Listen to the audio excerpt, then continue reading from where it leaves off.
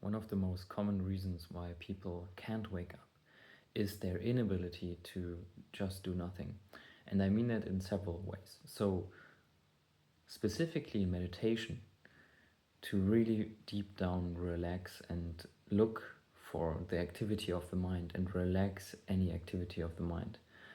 I think at this point that is very clear and has become very clear through my previous videos that the deep relaxation and meditation is one of the main drivers of relaxation and getting deeper into realization and letting go of all the ways that the ego really manifests.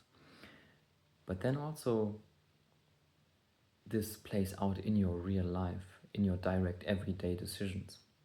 Like, what are you actually doing all day? Like, really ask yourself, are all these things that you are doing, are they necessary? Do you do them because they have to be done? Or are you doing a lot of stuff that actually does not need to be done and you are just doing that to keep busy? Are you talking a lot to people? Are you going out, walking around the city, distracting yourself, buying stuff that you don't need? Or maybe you're just entertaining yourself, keeping the mind busy. You're just very active. You are engaging in lots of sport. Like, fill every minute of your day just to be busy, and then meditation is just another thing on your to-do list. Then this video is really pointing at this kind of behavior, and through meditation you can savor the positive side of just doing nothing. And really it is a skill to be able to do nothing and see when you get drawn by just a thought, a wish, a projection into an activity because you think like, oh yeah, that's going to make me happy. Not explicitly, but implicitly there is like this fear like of missing out on an opportunity to gain a little bit of happiness. And so really try to see, are you just doing stuff because it really needs to be done? And there is a lot of stuff that needs to be done. We have to earn a living, we have to keep the house in good shape and keep ourselves and our family mentally and physically healthy and cook good food and all of that. There is just a lot of basic activity that needs to be done. But for example, are you working more than is necessary? Do you earn more money and just spend it on other activities that is really not necessary? Or could you work less and spend more time in quietude and maybe spending more quality time with the necessary activities, doing them more mindfully, maybe a little bit slower, but then also with more intent and with more quality to them. So really this ability to deeply relax and stay in that place where we can know what we are doing, when we are aware of what it is that we are doing, that is really the place you want to be, that pure awareness to act from that. And then really no activity can disturb that. But before you arrive at that point, activity can be used to distract yourself from that pure being, from that emptiness, from that all radiant light that you are. But if you want to get there, one path is to reduce activity and just stay with your mind. Look for the activity that the mind is producing all the time. Even when you are sitting there, you are dreaming about the future, you are thinking about the past, but are you really here now? That is the question. And activity is often preventing that.